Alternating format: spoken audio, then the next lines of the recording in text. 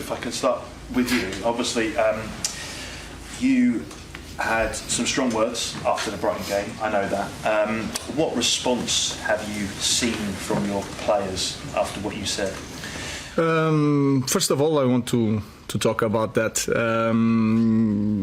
I was talking more for myself than from my players, because I was talking that, and you have to find out a coach that starts a job and lose 8 games, I think, 7 games in the first 10. So it's more for me. I was talking more about me than the players. I also talk in the same response about I was not helping my players. And if you look around, every time I speak, and I speak a lot, every time you push about the players are not good enough, I never put the spot on my players. So I understand. I gave you that headline, and I'm frustrated sometimes, and sometimes I should not say that in that terms, but it is what it is, and that's it. Sometimes it's really hard to hide the frustration in some moments, but the good thing is that I said the same things in a different way in the dressing room 5 minutes before, so the response was quite normal, because I'm really blunt with my players, and they train well, they are ready for this game, and let's see tomorrow. And Harry, how does that land in the dressing room when you hear your manager describe the team as possibly the worst in the club's history? No, I think as players, obviously after the game, we was really frustrated, disappointed, coming off the back of a good away performance and then beating Southampton. Going into the game, we was confident, and we felt like we had the belief that we can go and beat Brighton, and ultimately we didn't perform well enough on the day.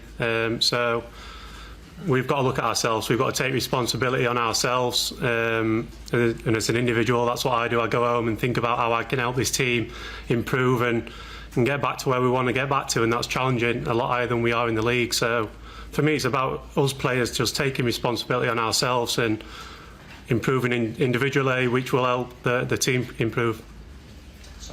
Harry, you've played quite well recently. I know things haven't been going so well for the team, but the manager said last week you're a leader again. Do you feel as though it has benefited you not being the captain of the club? Because, as you said recently, your form over the past 18 months has been quite consistent. No, I wouldn't put it down to that, to be honest. Whether I'm captain or not, I do see myself as a leader in this group of players. I'm experienced now. I've been at the club over 5 years, and I know that in times when you play for this club, that there's so many ups and downs, and every game that you lose, there's a lot of scrutiny on the players, and players get targeted, and I think that's part and parcel of playing for this club. You've got to accept and take the responsibility on.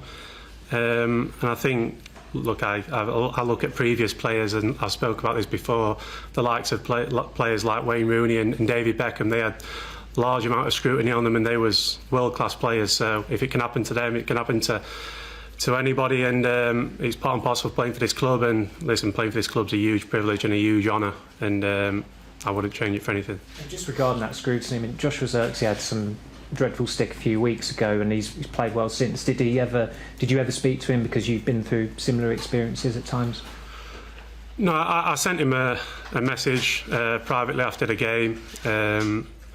But listen, Josh is a good player. You don't play for this club if you're not a good player. He's got to bring that belief out and that confidence out in himself. And I always say in football, there's always another game, and there's always a next opportunity. And with Josh obviously coming on against Arsenal, he really changed the game for us. And then to score that winning penalty, probably give him a lot of confidence and belief that he belongs at this club. So the fans have been brilliant with him. We have amazing fans, and they stick with us through thick and thin, and when times are tough, they really get behind you and support you. And I felt that, and Josh, I'm sure, would have been feeling that over the recent weeks. But it's not really about individuals, it's more about as a team. We're disappointed as a team. We want to get higher in the Premier League and start challenging at the top end of it. And this season, ultimately, we haven't been good enough. Sorry. Harry, can you explain, you say all the players are good players, and clearly they are, the top-end Premier League players in theory, but you're not, as a team at the moment, a top-end Premier League team or playing anything like it. Can you explain why that happens? If I could explain it, I think we'd change it straight away. I think, like you said, we've got players who's played numerous games internationally, won lots of trophies in club football. But at the moment, we're not playing well enough as a team, and the league table shows that. So I can only keep going on about it. We've got to take responsibility on as players. We've got to stop looking for excuses and blaming things. And it's really important that as an individual, you improve yourself, you come into training, you give absolute everything, and that's only what we can do. Sorry, Ruben, I take on board what you said right at the start, but if you're taking responsibility away from the players, then you put it on you, and someone has to take responsibility for the fact that Manchester United are 14th in the... I'm not taking responsibility from the players. What I'm saying, that is the message that you guys show was that I was putting on the players. What I was saying is that you have to look really hard to find the team of Manchester United in 10 games that lose 7 games. In that is on me, because it's the same players doing worse with a new coach. That's my only concern in the moment. But I'm not taking anything from the players. What I'm saying is that we have to improve in the details, and I explained that. The way we play, we are too nervous with the ball, too nervous, really anxious. And then if you have a little bit experience in this game, when you fall in this type of context, it's really hard to go up, especially when you are a massive club. So that was my only point. It was the best point to do it after that loss in the way I do it. Maybe not, but it is what it is. And I'm like that all the time. So I'm not taking responsibility from the players. I'm saying, I'm really, really direct in things. I'm saying in this moment, we are performing really bad, and our results are really bad in the moment. So it's everything together, the players, the staff, the technical stuff. So I'm not taking responsibility. I'm just pointing that I'm the biggest responsible of the performance and the results, because I'm the coach and I have that responsibility. Ruben, you've spoken a couple of times about the anxiety that you feel sometimes at Old Trafford. Is it becoming harder to play there at the moment as opposed to being away? And is there anything that you can do to combat it, that feeling of kind of nervousness, anxiety when you play home games? I think that is clear. I could say different things and say, no, it's the same thing. We have the support of the fans. No, we are more nervous playing at home than away, because we lost a lot of games, like 4 games in 5. So it's getting harder.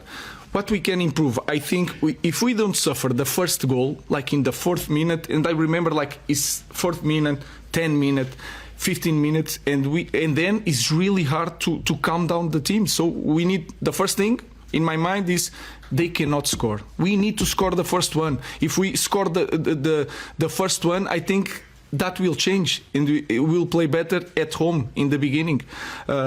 So that's it. I think it's really clear. We are really anxious playing, especially at home, and we are suffering goals, and then it's really hard. So I think it's clear for everybody that is getting harder to play at Old Trafford. Jamie. I think you said previously, a couple of weeks back, there's a storm coming, yes? So it's fair to say you're in the storm, yeah? Can it get any worse for you, for this team, in terms of your position, your performances, the results? Can there be thunder and lightning in the storm? I think the most important thing is to think that we can improve right away in the next match, and then it's like that. The football can change like that. We can have a lot of ideas in thinking that it's getting worse for that reason or the other reason. Imagine that tomorrow we don't suffer a goal in the beginning and we score and we play well, and then we go to Fulham and you can win it. That will change even the environment here and everything. So I don't know. What I knew since the first day is that when I arrived and I see it, I understood that changing things, we are going to suffer. For me, it was really clear. But in this moment, I don't want to say that it's going to take a lot of time. It's getting really hard and you guys are here for a long time, and you get lost after loss. Is really hard for everybody, and I know that. Sometimes I show that frustration, but I don't know. We can change that tomorrow. So may I just ask you both this next question, please? You just mentioned it again then, that you're really nervous. As a player, does that help you to hear your head coach say, you and other players are nervous? No, I think we spoke about the first goal at Old Trafford, and it's not teams are coming to Old Trafford and opening us up and tactically breaking us down. I think anybody who was at the game against Brighton, it was a 50-50 game. It could have gone either way, and we gave them a goal early on, which we knew we had to stop. We spoke about it in the pre-match. So we've got to stop giving away that first goal. That's the first and foremost thing. I think the first goal against Nottingham Forest, against Bournemouth, was a set play. The first goal against Southampton was a set play. So these aren't things that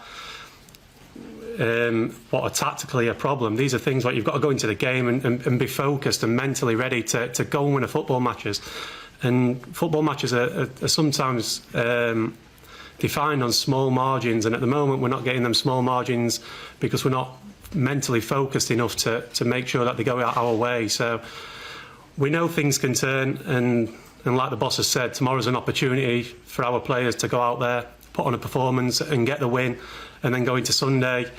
But yeah, of course, we take each game as it comes, starting with tomorrow, and tomorrow's another opportunity for us to make sure that we move on from Brighton and put things right. I didn't say I was nervous. I said the team was nervous. I was frustrated. Frustrated is different from nervous. And if you say it's good for the players see the coach frustrated, maybe not. But I didn't say I was nervous. You're saying your players are nervous. We are nervous. Yeah. As a team, because it's always we. Does that help the team, or to sort of put that thought into their head? No. I'm saying the obviously. If you want, I can be delusional and say different things. Right. I say it as I saw it, and I said to the players, and I said to you, I think it's a good thing to be really honest with you. If you want me to say different things, you saw one thing, I saw one thing, and I tell you a different thing, I can start to do it. That is easier for me. But what I'm saying is that, and they know. And you can understand the game. If you are in the stadium, you can understand. So let's face it and work on it. But I'm not nervous. I'm frustrated. You mentioned in the dressing room after the Brighton game saying these kind of things to the players directly. I'm right in saying that usually you don't say anything, you wait until the next morning. Why did you change your methods for that game, and do you sometimes feel that you need to, I don't know, you said you want to shock the club, shock the players. Was that a moment where you were doing that? No, it was not. I didn't think. That's why I'm a young guy and sometimes I make a mistake, and that's why I don't talk about after the game. This game I needed to talk, and maybe it was a mistake, and then I get more nervous and go to the conference really nervous, and then you say things that you shouldn't say, and that's it. Sometimes you are a young guy and then do mistakes, and you improve. I don't promise you that I will not do it again. I don't know, so I will try to improve.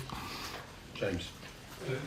Ruben, you've been honest as always about the sort of financial realities that the club are going to face this year. There's a lot of talk of Napoli and Chelsea interest in Garnacho.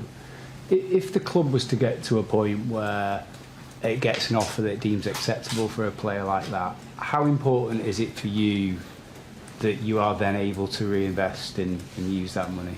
Guys, I understand the question. Let's focus on the game. I don't want to talk about that, especially before a game. Our focus is that our players are here to play. We need to improve. We need to win games to have that feeling of winning. It's really important for us. So let's focus on that today.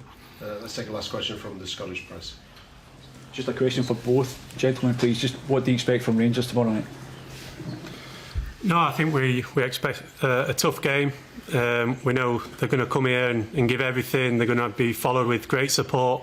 And I think they've done extremely well in the competition. So, no, we expect a tough game, but I think our focus on ourselves, making sure that we perform on the back of a bad defeat at the weekend, and we'll go there with confidence that we can perform and get the 3 points.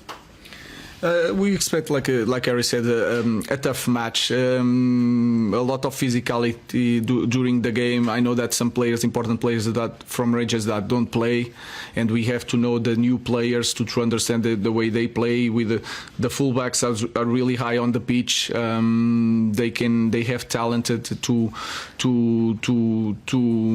score in the final third. So it's one more difficult game. Is really important for us because we want to skip playoff. Is really important to have time to train. So I expect the same thing that we face in the last games. A really tough match, a lot of physicality with also the fans from Rangers making some noise. So we are prepared. Our fans are prepared. We want to win. Just one last one from Scotland. If you don't mind. In many ways, the situation at Rangers just now mirrors the situation at Manchester United. A lot of turmoil on and off the park. Are you aware of what's been going on in Rangers? Same idea of the fans being upset at lack of success, and do you feel for